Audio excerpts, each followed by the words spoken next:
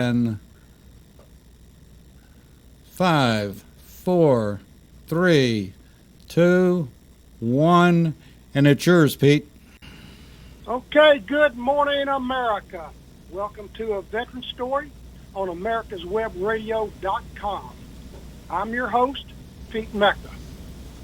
Later in the show, I have a story to tell you about a World War II veteran, a fly boy who flew 65 combat missions behind the controls of a B-26 Marauder medium bomber from his base in England. I knew this man. I wrote his story, and what a great story he has. But first, let's do this. Folks, today is Veterans Day, that special day of the year when our country pays tribute to all veterans. Believe me when I say this. We veterans have earned this special day of tribute. Many of our brothers and sisters paid for this day with their lives. And for those who did make the ultimate sacrifice, we honor their sacrifice on Memorial Day. But for us, the ones who live to celebrate Veterans Day, we remember our fallen brothers and sisters every day of the week. They still live through us, we, the lucky ones who made it home. I knew a lot of the soldiers whose names are on that long black granite wall in Washington, D.C., and we who remain alive will never forget them. Approximately 2.7 million men and women served in Vietnam. Approximately 600,000 of us are still alive. During the Korean War, approximately 5.7 million men and women served. Ironically, the Korean War veterans still alive outnumber my brothers and sisters who served in Vietnam, most likely due to our accelerated death rate due to Agent Orange. It is estimated that as of today, about 2 million Korean War veterans are still with us. Which brings us to World War II, the greatest generation. Of the 17 million men and women who served, less than 325,000 remain with us. And the greatest generation is leaving us at a rate of around 1,150 each and every day. Within just a few years, we will hear of the last World War II veteran reporting for his final inspection. The final inspection. For those of you who have never heard of the final inspection, let me recite what the phrase actually means. And the soldier stood before God, which must always come to pass. He hoped his shoes were shining just as brightly as his brass. And God said, "Step forward, soldier. How should I deal with you? Have you always turned the other cheek? To my teachings, have you been true?" The soldier squared his shoulders and said, "No, Lord, I reckon I ain't. You see, those of us that carry guns can't always be a saint. I had to work just about every Sunday, and at times, my language was pretty rough. And sometimes, I had to be violent, because this old world's still pretty tough. But I never turned down a cry for help, and at times, I shook with fear. And Lord, please forgive me, for I have wept unmanly tears. I know I don't deserve a place among your people here. You see, they never wanted me around, except to calm their fears. But if you do have a place for me, it doesn't have to be so grand. You see, I never had or asked for much. But if you don't, well, I'll understand." And God said, "Step forward, soldier. You've done your duties well. Walk softly on heaven's streets. You've already served your time in hell. You've already served your time in hell." And they have served their time in hell, from Valley Forge to the shores of Tripoli, from the fields of Gettysburg to the fields of Flanders, from Pearl Harbor to Incheon and the Quezon, from the hot sands of Iraq into the cold mountains of Afghanistan. The greatest generations have always been there, always ready to answer their call to duty, yet always knowing the next greatest generation is only one war away. And knowing, too, that they may be only one battle away from being called home for their own final inspection. The greatest generations, you betcha, they're called American veterans.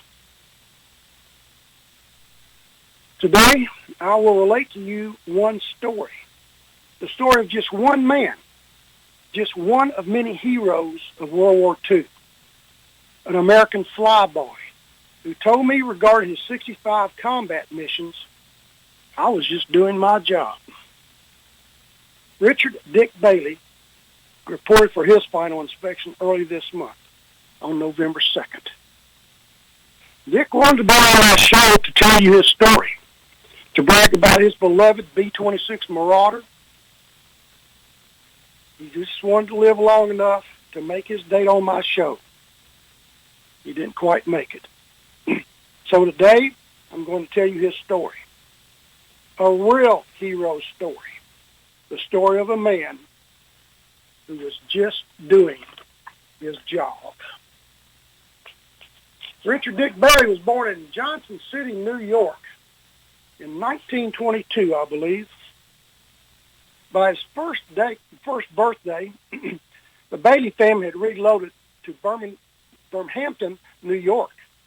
Dick recalled, I graduated from high school in 1940, then applied and received a slot into a tool-making apprentice course with GE in Schenectady, New York.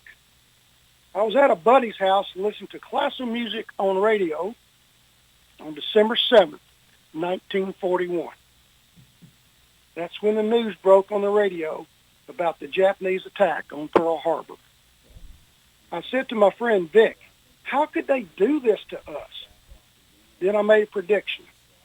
They're going to regret this, and in time, by golly, they did. Dick applied for aviation cadet training program to train as a pilot, navigator, or bombardier. He said, I enlisted in March of 1942. They wanted me to go in unassigned, but when I asked what the heck that meant, they said I'd be marching, learning how to salute, transition to the military. And I replied, no way, nope, I'm in the defense industry, so I can wait. Contact me when you have an opening in the cadet program. Well, amazingly, they agreed, and they called Dick 9 months later for aviation cadet training. He first went to Syracuse, New York for a physical, then to Nashville, Tennessee for the first round of aviation training. Asked if the assignment was his first time in the South, Dick replied, yep. Asked his views on the South. Bailey replied, they were part of the United States of America. Enough said. Okay, type of training. Well, we had physical training mostly, the history of the service, plus determining which ones would be assigned to what job. Pilot, navigator, or bombardier. I requested pilot training, and they agreed. Dick paused for just a second and said, wait a minute, let's go back a bit. When I was just 13 years old, I was the backup helper for a neighbor's kid who had a newspaper route. When he graduated from high school, I took over his route. You had to be 14, but I was just 13. But they sort of ignored that. I also worked on a milk truck, delivering 300 quarts of milk each morning. I did most of the delivering. The driver only helped on double deliveries. I delivered paper 6 days a week, but still had to deliver milk on Sunday morning. After the milk run, I'd hitchhike to the local airport. Jimmy Doolittle was my childhood hero. I loved aviation from the get-go. One of the instructors at the airport asked me if I'd like to work for him, fleeing the planes, selling tickets for rides, and just helping out. He said he didn't have the money to pay me, but he could pay me with free flying lessons. Long story short, I trained on 50 horsepower J2 Piper Cubs, then moved up 5 horsepower to 55 horsepower J3 Piper Cubs. I soloed when I was 17 years old. So when I was in primary flight training, I didn't tell a soul that I had flying time. I knew I could fly.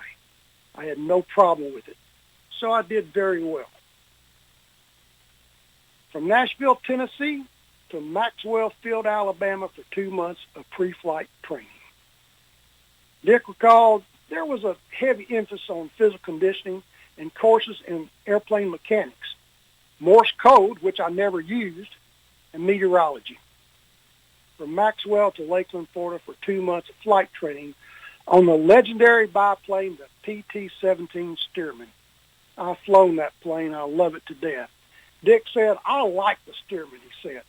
It was a good airplane. Very stable, easy to fly. But about 50% of the cadets didn't make it. Anybody, according to Dick, can learn to fly. But they couldn't keep up with the 2-month training pace. From Lakeland to Cortland Army Airfield in Alabama. Well, another 2 months of flight training, this time in the Volt-T BT-13 Valiant, better known as a Volt-T vibrator. I'm going to explain to you why they called the BT-13 Valiant the Volt-T vibrator. It received its nickname vibrator for several reasons. At stall speed, the plane shook violently. The canopy would vibrate during stressful maneuvers. During takeoff, it roared so loud that the windows on the base would vibrate, and the propeller would vibrate in high pitch. I've heard that from every World War II pilot that ever flew a Volt-T Valiant. It was, let's just say it was loud, okay?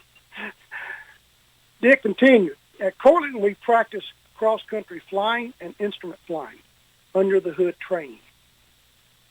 I wanted to be a fighter pilot, but I was 6 foot tall. I was too tall to be a fighter pilot. The limit was 5'10" for a fighter pilot, so I was destined for bombers. And I've heard that from every World War II pilot, and I was surprised to really find out that the fighter pilots were normally very short, because they could fit into the cockpit, where pilots like Jimmy Stewart were too tall to be fighter pilots. All right, folks, we are going to our first break. Stand by. We will return to Dick Betty's fabulous story in just a few minutes. McAllister's Auto Transport is a privately held company celebrating our 75th anniversary this November, specializing in enclosed-only transportation to the OEM, personal snowbird market, and our favorite market of all is the collector market. Give us a call at 800-748-3160, or you can reach us on the web at mcallisters.com, and that's McCollisters.com. Large enough to handle all of your transportation needs, small enough to provide you the old town, old school service that you come to expect when you're moving your baby.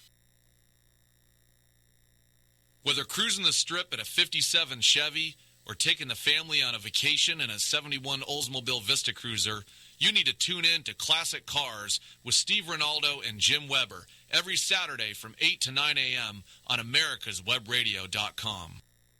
I want to remind everybody that this is Veterans Day, and if you would really like a treat, put on your plans if you're living in Atlanta or if you're traveling to Atlanta. The Georgia Military Veterans Hall of Fame It's right across the street from the Gold Dome, the Capitol, and it's something that everybody should go to and read up.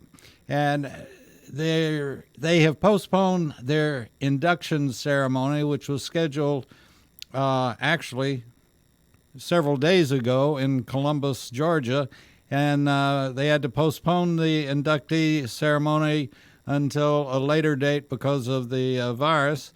But we will be letting you know when that date has been set. And in the meantime, though, take the time to go by the Floyd Building and take a look at the Georgia Military Veterans Hall of Fame. Rick White, Colonel Rick White, is the director, and he has done a marvelous job. He and Paul Langer, and they have just done a. It's so good that other states are copying it, so that tells the story right there. We'll be back with Pete right after a couple of more announcements, and stay tuned. I love the story, and Pete, I loved your poem that you read. That was great. Be back in just a moment. If you live to serve and want to make an even bigger difference, consider joining the U.S. Army. With training in fields like medical care, linguistics, and engineering, an Army career can... That was good, Pete. I like that. Thank you. I always use that in my presentations. I bring tears to people's eyes. Oh, yeah. Yep. I'll send you a copy of it if you'd like it. Yeah, I'd love it. Okay, we're coming back in 3, 2, 1, and it's yours. Okay, folks, we're back with the story of Richard Dick Bailey, World War II combat pilot. He flew the B-26 Marauder, medium bomber. He was trained in Cortland Army Airfield, Alabama, and from there he went to Stuttgart, Arkansas for twin engine training. He said we flew the Beechcraft 810 to Wichita. I had no problem with the twin engine instruction. We were there about 2 months. Each training assignment meant about 70 hours in the air. And then from Stuttgart, Arkansas to Barksdale Field, Louisiana. He said, finally, I got a B-26 Marauder. That was another 2 months of training. I liked the B-26 Marauder, although it was known as the Widowmaker, or instead of B-26, they call it the B-Crash. It was hard to handle, folks. I've read about that plane. You had to fly it. He said, I went in as a replacement to Tampa, Florida, where it was said of the cadets, plan a day in Tampa Bay. The B-26 was plagued with a few problems. For instance, the two props had to have fully charged batteries. If not, the plane would lose pitch, thus no thrust. Only one way to go, down. In other words, plan a day in Tampa Bay. January 1944. Nick said it was wintertime, so we flew the southern route to Europe. From Florida to Puerto Rico, then across the Amazon Delta to a country I can't recall, then on down to Brazil. From Brazil to Ascension Island in the mid-Atlantic, to Liberia, then to Dakar, to Marrakesh, and on to England. We heard rumors of German Me-109 fighters possibly stationed in Spain. So he flew west for a couple hundred miles over the Atlantic, then turned north to England. That was the longest leg of the flight. Land's End, Cornwall, England. They took the planes away from us at Land's End. The machine guns were stored in the bomb bay, as were two 250-gallon extra fuel tanks. We were sent on to Northern Ireland for more schooling. We had to learn the British communication systems, air and sea rescue, navigation aids, and formation flying. Then we received individual assignments. I was sent to the 322nd Bombardment Group, 9th Air Force, just north of London at Braintree. Asked about his first mission, Dick replied, I don't even remember it. I do not recall most of the missions. They were just another mission with very few standouts. Most were Pathfinder missions. That's the lead aircraft. When it dropped its payload, so did the rest of the formation. And he said we were usually above cloud cover. When a Pathfinder opened its bomb bays, we opened our bomb bay doors. When it dropped, we dropped. German fighters were reported in the area, but I never saw one until the Battle of the Bulge. 3 D-Day invasion missions, the invasion of Normandy. We did a lot of pre-invasion bombing to take out the bridges from Paris to the beaches, plus airfields, communications, ammo dumps, rail centers, plus Churchill asked President Roosevelt to bomb the V-1 and V-2 missile sites. This we did, bombing the rocket sites, but the V-1 rocket sites were mobile, so I don't know how effective the bombing was. I know they knew we would be coming, so they'd get the heck out of the area. I guess we at least kept them moving. June 5th, 1944. The weather was terrible. The invasion was a no-go. We had to wait. That was fairly nerve-wracking. June 6, 1944, D-Day, the invasion of Normandy. Dick said, all the planes were painted with invasion stripes to hopefully keep Americans from shooting down their own airplanes. The invasion was a go, but the weather was still terrible. We were to fly the length of the beaches to drop bombs on fortifications and even the beaches, so the troops had ready-made foxholes. The Army Air Force rejected that plan since the bombing would be visual and so low the planes would be sitting ducks for the German gunners. It was decided to go in at a right angle, still on visual, but we found out the ceiling over the beaches was about 250 to 300 feet. That would be suicide. We went in at 10,000 feet behind a Pathfinder. The first mission lasted over 2 hours. And then Dick jumped to the 50th anniversary of D-Day. He said, I went to Normandy for the 50th anniversary of the landing. I met a lot of veterans who were in the invasion. One of them told me, we were told the Air Force would be bombing the beach, so we'd have oversized foxhole for cover. He said, that was a crock. I told him the weather was bad, and a Pathfinder was not nearly as accurate as GPS we have today. We knew about 4,000 Higgin boats were heading to the shore, and we knew the inaccuracies of a Pathfinder. So I was pretty sure the Pathfinder delayed dropping the bombs until the last second to prevent hitting our own troops.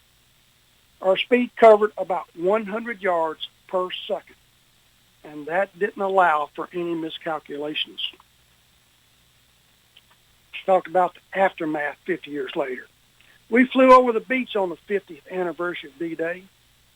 You could see all the bomb craters, now overgrown with brush and grass, every crater about 150 to 300 yards behind enemy lines. Our bombing didn't do a bit of good for the troops coming ashore. The second D-Day mission. Dick flew 3 missions on D-Day. This is his second. More of the same. I didn't even know the target. We followed the lead of the Pathfinder and dropped our bombs on his cues like we always do. That was another 2-hour-plus mission. His third mission on D-Day. We got a report there was a German flat car train stopped at a rail center 10 miles inland from Utah Beach. It was loaded down with Panzer tanks, other armored vehicles, and equipment. We were ordered to take it out. We went on a visual at 10,000 feet, but couldn't see a thing. We circled back over the ocean, came back in at 5,000 feet, but the target was still socked in. We couldn't see a thing. We circled back again and came in at 2,000 feet. No visual. We still couldn't see a thing. Our last attempt, we came in just under the cloud base at 500 feet. Got to the rail yard. There was no train there. Either had come and gone or backed out of the rail yard knowing we were looking for it. But we did hit the rail yard and tore it up pretty good. Then we spotted the train 2 or 3 miles down the track. We reported its position, but I have no idea if it was hit late or not. That info was above my pay grade. We were bombing at such a low altitude, some of our planes were damaged by the shrapnel from our own bombs. Think about that, folks. 3 missions in one day on D-Day. I interviewed Punchy Powell, who was a P-51 pilot on D-Day. He also flew 3 missions that day. He would come back, reload, wouldn't even get out of the airplane. When he finished his 3rd flight that day, Punchy Powell had to be pulled out of the cockpit because his legs were so cramped so bad he couldn't walk. This was the greatest generation. These guys did this just about every day. When you see one, you be sure to walk up and say, thank you. Thank you for your service. They're not going to be with us much longer, folks. Not much longer at all.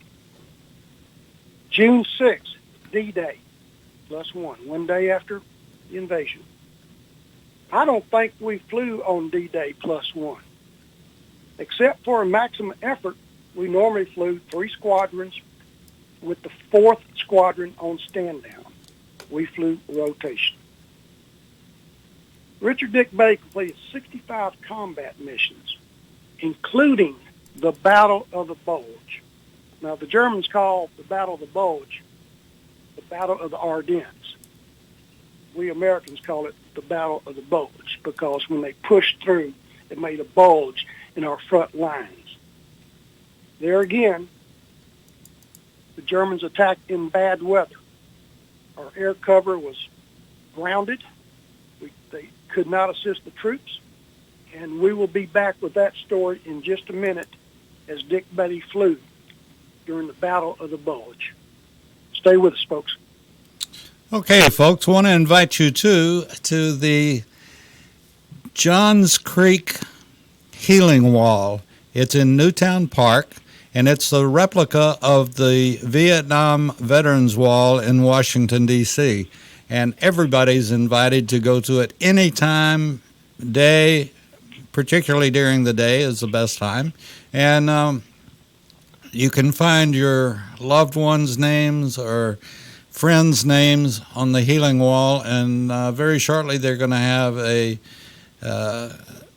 computer set up where you can type in a name and it'll give you the location of where that name is on the healing wall. But it's there for you, and there are some fantastic stories that have come out about the healing wall. So you're invited to go to Johns Creek, Newtown Park, and the healing wall. And we certainly appreciate Mike Mazzell and all that he's done to bring the healing wall to Johns Creek. We'll be back with Pete and more of his World War II bomber story. I'm fascinated, Pete. A great job. We'll be back in just a few seconds. If you live to serve and want to make an even bigger difference, consider joining the U.S. Army. With training in fields like medical care, linguistics, and engineering, an Army career can amplify your efforts with humanitarian opportunities all over the world. Plus, you'll receive competitive pay and incredible benefits, so you'll be taken care of, too. Learn more at GoArmy.com. You're listening to America's Okay, Web Pete, Radio coming back on the America's in Podcast 3, 2, Thank you for 1, listening. and it's yours. Okay, folks, we're back with the story of B-26 Marauder bomber pilot Richard Dick Bailey. Dick was in the Battle of the Bulge as a pilot. He said of the Battle of Bulge, the Germans started their offensive in bad weather, so air cover was grounded. When the skies finally cleared, everything we had was in the air. Bombers, fighters, cargo planes dropping supplies in the Bastogne. We were ordered to take out a bridge to prevent German reinforcements from joining the offensive. We were told the bridge was heavily defended. Now, ordinarily, the German air-to-ground communications was pretty good. When their anti-aircraft guns opened up, the German fighters would back off, then come back at us when their anti-aircraft guns quit firing. Well, not this time. The German fighters kept at us even as their own flak burst among us. Well, we did hit the bridge, then turned for home. I saw a P-38 Lightning shoot down an ME-109. I didn't think we had P-38s except for photo recon missions. There were actually 3 fighter groups of P-38 Lightning fighters. Anyway, we normally drop a couple thousand feet to pick up airspeed. But my tail gunner came over the radio. Here they come. A flight of German ME-109 fighters were coming at us. He described the air-to-air combat. I was flying number 3 spot, left of the lead plane, the Pathfinder. A German ME-109 came in close, not more than 50 feet behind the lead plane. My top turret gunner opened up. I saw the bullets puncturing in front of the cockpit, then into the engine, and back across the cockpit. Smoke and fire poured from the engine. The fighter fell away. Then my tail gunner said he just exploded behind us. About that time, another German fighter pulled up between me and the lead plane. It was so bizarre. It was the weirdest thing I ever experienced. The German pilot was looking at me, and I was looking at him. I could see his square goggles. The lead plane's bombardier got into the glass nose of his plane, and his eyes were big as a $50 when he saw the German fighter sitting between us. We have no idea why the German pilot did what he did, but he was experienced enough to know we couldn't open up our guns on him because we hit our own airplanes. Looking back on the incident, we should have opened our windows and shot at him with our .45 caliber automatic pistols, and Dick laughed at that. The whole thing lasted about 10 or 15 seconds, but it's one of the incidents in the war I'll remember for the rest of my life. Shortly after that, I saw another ME-109 crossing in front of me about 200 yards out, going from left to right. The B-26 Marauders didn't have a good frontal defense, so I decided to get a few tracers out there to let him know we at least see him. The B-26 has 3 50 caliber machine guns on each wing with the trigger button controlled by the pilot. I opened up with a short burst. The 50 calibers fired about 800 rounds per minute per gun.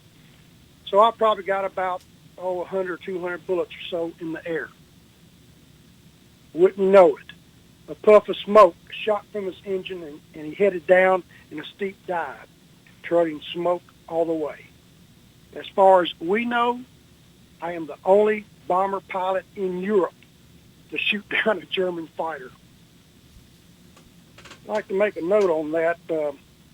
Officially, Dick Bailey's top turret gunner received credit for a kill. The tail gunner received a probable, and Bailey received a possible damage probable because the ME-109 he hit disappeared into the clouds. It was always hard to get verification on a so-called kill in the air combat. Now, I asked him if they celebrated back at base. Dick replied, no, not really. It was just part of the job. As to describe his last mission, the 65th, well, there's not much to tell. The 64th was right before Christmas, and I didn't fly again until early January. I suspect they knew I was approaching my last mission, so they gave me a milk run, an easy mission. I don't even remember what the target was. Dick came home in January of 1945. He bummed around for a short time before accepting a posting to Air Orlando, Florida.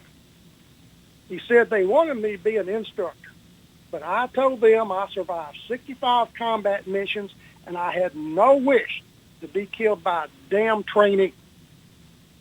Air Orlando was basically an air taxi service. Dick flew a variety of aircraft. He even transported the female WAC softball team to play the Wave softball team in Tampa. He said those flights, he said, oh man, now that was enjoyable duty, flying the ladies around. He was attending the Command and General Staff School in Leavenworth when the war ended. With massive cutbacks in the military, Dick was offered a position as a staff sergeant with no flying time.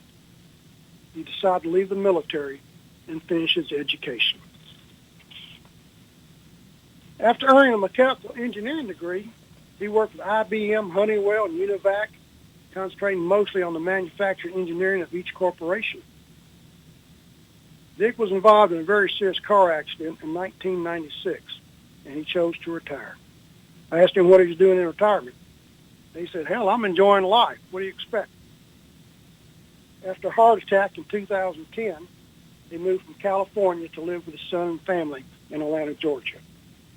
Asked how many grandkids he had. Dick said, I don't know. Let me count them. 1, 2, 3, 8 of them.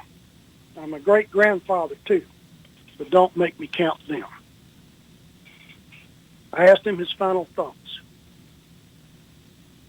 He said, well, the German 88 anti-aircraft gun was an awesome weapon, very deadly.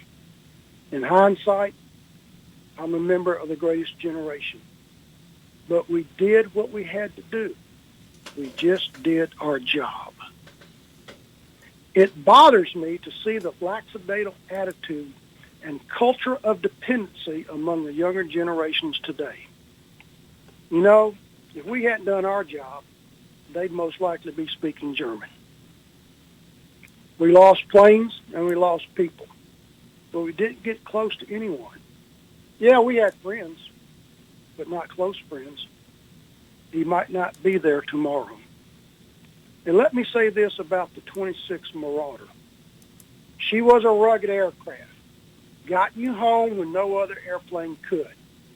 But she was not a very forgiving aircraft. You had to be a hands-on pilot. You had to fly her. She demanded attention. Then again, most lovely ladies do. Dick Bailey, B-26 Marauder pilot. You know, folks, I've written a lot of stories about this greatest generation. As commander of the Atlanta World War II Roundtable, I've just had to attend too many funerals. It's sad that we are losing these people. There are so many stories that need to have been told, and we'll never hear. You know, with them dying, so dies the truth.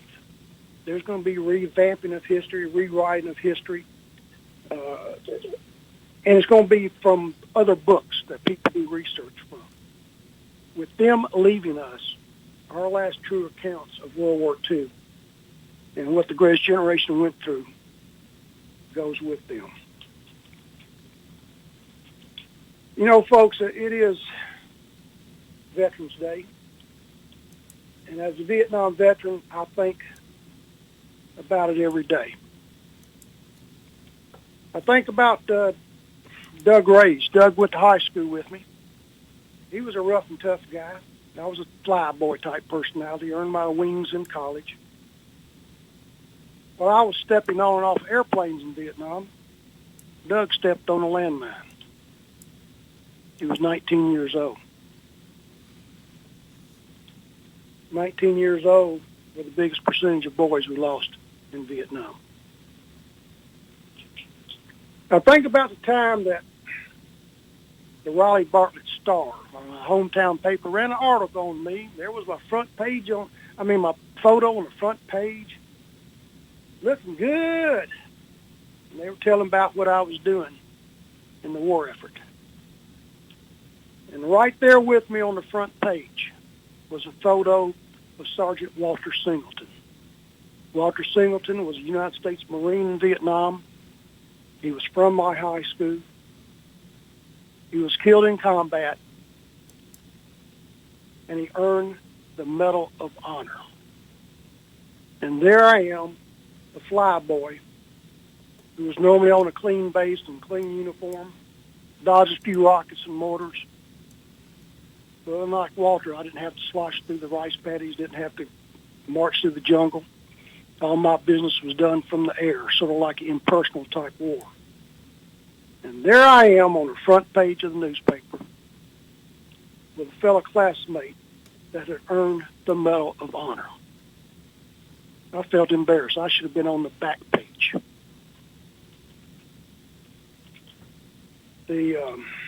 I guess glory should go to the guys that really deserve it. And Walter certainly deserved his. You know, I'm sort of straying from the subject here, but the war that I thought was very, very impersonal in so many ways. There was a young captain that I shot hoops with at the base gym at Tonsanute. We shot just about every day. Guys would come in, come out. We always had enough to make two teams. I usually plotted the captain's missions. He was an F-4 pilot, recon pilot. He had a camera in his airplane, not guns. But one day he didn't show up. I said, well, I wonder what happened to him. And when I got to work, I found out. He took off on a recon mission, and he never came back. All we know that he was flying level. He was taking pictures of the jungle down there, trying to find the enemy. And his plane just disintegrated. We don't know if it was engine trouble. We don't know if the enemy got a lucky shot at him or what. But he's still listed as missing in action. Very handsome young man in the prime of his life.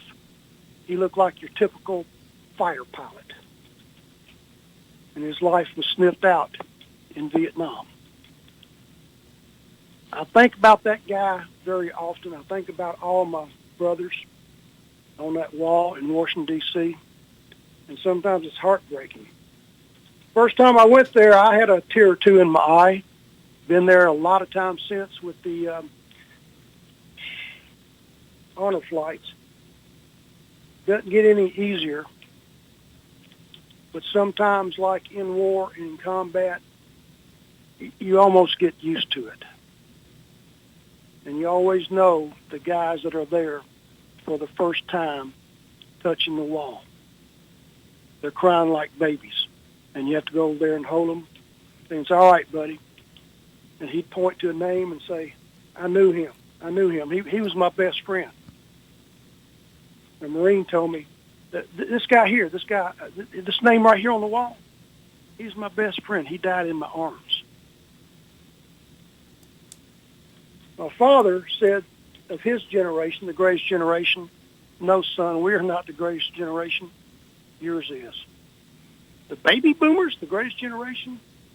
My father said because of what we went through in the war and what we had to go through when we came home made us the greatest generation. I disagree with that.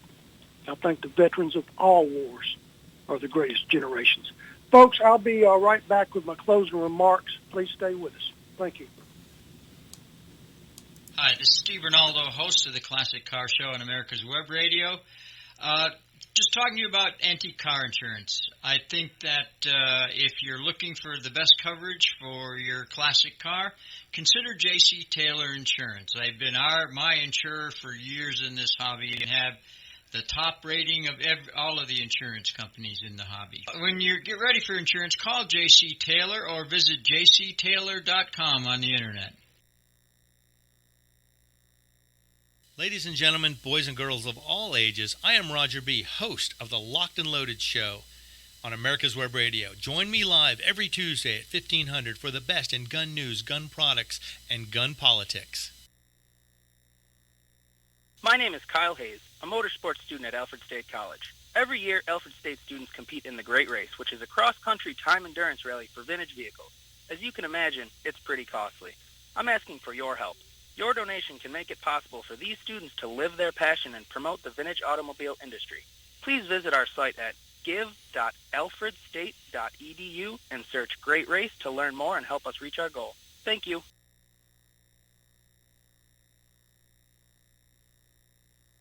If you live to serve and want to make an even bigger difference, consider joining the U.S. Army. With training in fields like medical care, linguistics, and engineering, an Army career can amplify your efforts with humanitarian opportunities all over the world. Plus, you'll receive competitive pay and incredible benefits, so you'll be taken care of, too. Learn more at GoArmy.com. You're listening to America's Web Radio. Okay, Pete, coming back in 3, 2, 1, and it's yours. Okay, folks, I'm back with you for a very special Veterans Day program. I have enjoyed today. Thank you for allowing me to speak a little bit to you about Veterans Day and the veterans that I love. I have thus far interviewed and written stories of over 400 of my brothers and sisters from all wars, all ranks, all branches. And they say the same thing. They wish that every young man or woman, when they get out of high school, if they're not going to trade school or college or doing something useful with their lives and they don't know where to go, they should go into the military or some type of program where they're helping others so that they can learn how to say yes, sir, no, sir, yes, ma'am, no, ma'am, where they can learn how to follow orders and then eventually learn how to give orders. Believe me, folks, leaders are not born. They are made. It is the character of the person. It's just like Martin Luther King Jr. said, don't judge a person by their color or their race. Judge a person by their character. And some of the best characters in many different ways come from the United States military. I think Congress right now has an approval rating of about 15%. The most admired group of people right now is the United States military. Their rating is something like 85 or 90%. And believe me, they have earned it. You know, my final words today, I know a lot of you folks don't know who I am. I have one book out called Veterans, Stories from America's Best, and I have another book coming out in about 2 weeks. It's called Fights Like a Girl. It's women warriors past and present. It's about time the ladies got their proper recognition, too. And believe me, there have been some real heroines from the United States military and other militaries, too. So who am I, really? You know, you listen to me on America's Web Radio. It's true that I'm a journalist, an author, a speaker, a Vietnam veteran.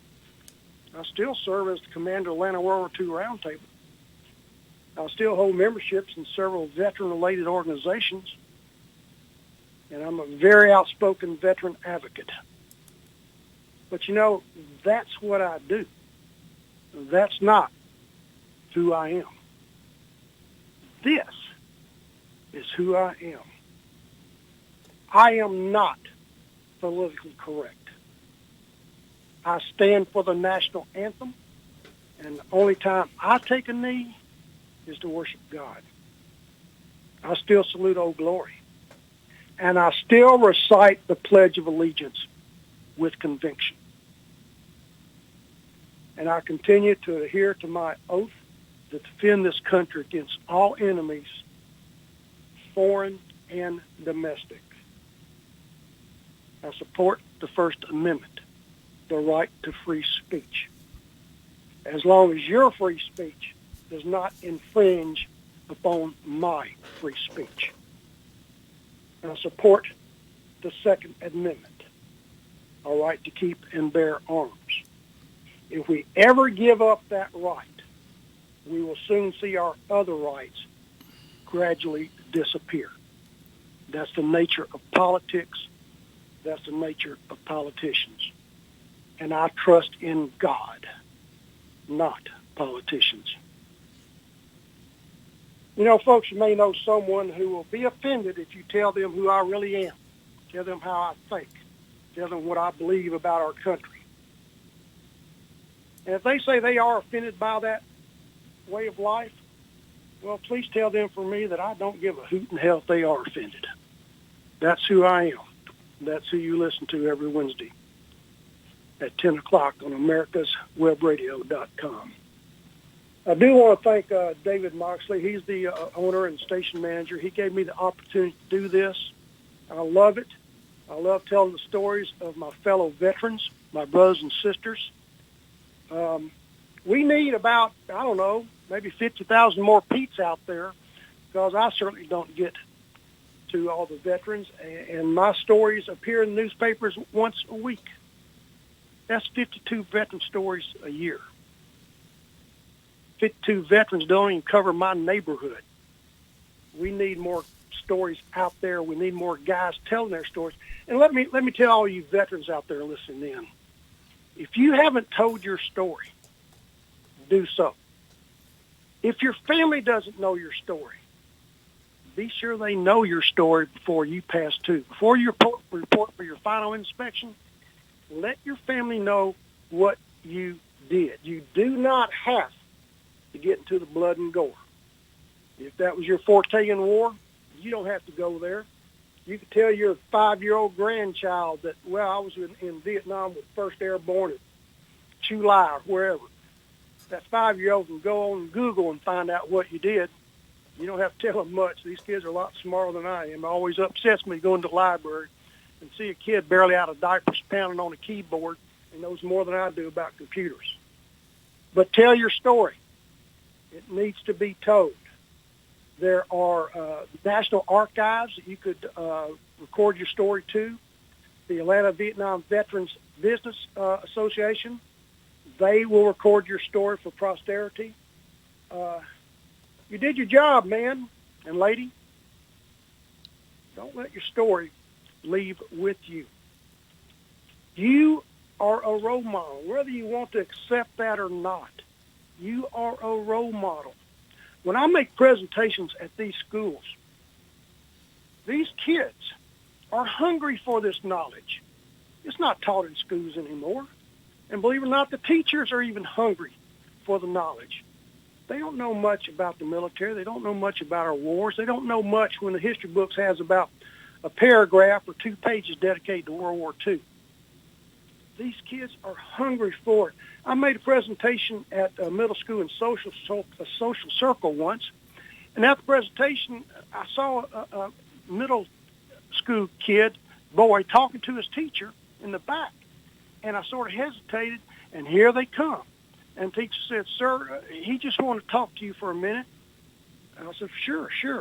And the boy stuck out his hand and shook my hand. He said, "Thank you, sir. I've never met a real hero before." Made tears come to my eyes. I mean, I'm no hero.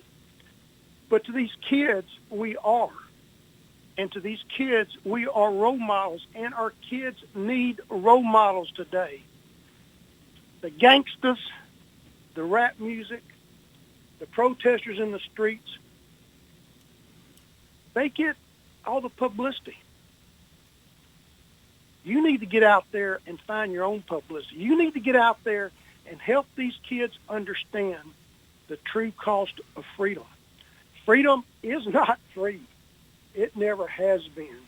And going back in our history, so far over 2 million Americans have paid the ultimate sacrifice so that you and I can argue about politics, argue about religion, so that we can live in a country where freedom of thought is the best freedom we have. And we do have forces within our own country now who would like to lessen that a little bit. No one's going to tell me what to say, and I hope you don't allow them to tell you what to say or what to think, or tell you not to respect the flag, tell you not to respect the military. Listen, I worship God. I don't worship politicians. I really don't trust the federal government. I learned that lesson in Vietnam. But I love my country. I love what it stands for. I love the people of this country. We are diversified. My gosh, we are still the melting pot of the world. It always fascinates me that people come to America to get away from dictatorships and socialism and communism, and then they get over here and they want to return the United States to whatever they came from. Why they come to the United States in the first place. I never hear of people leaving the United States to go somewhere else. Yeah, I've always wondered what happened to all of those movie stars that were going to leave the country if. Well, I guess they ran out of money, Dave, because they're not making movies anymore. Well, somehow or the other, I can't feel too sorry for him. I want to add something to what you've just been saying, and that is the fact that you have described America's Web Radio almost like yourself. We realize and I feel like that we wouldn't be having some of the problems we have today if we were really teaching history and really teaching in our public schools and private schools. Our history books are a joke, and kids, we're doomed to repeat what we don't learn, and don't understand about history. So that's why we do so many Vietnam, or not just Vietnam, but veteran shows. And also we always salute our first responders. I've been there, done that, and,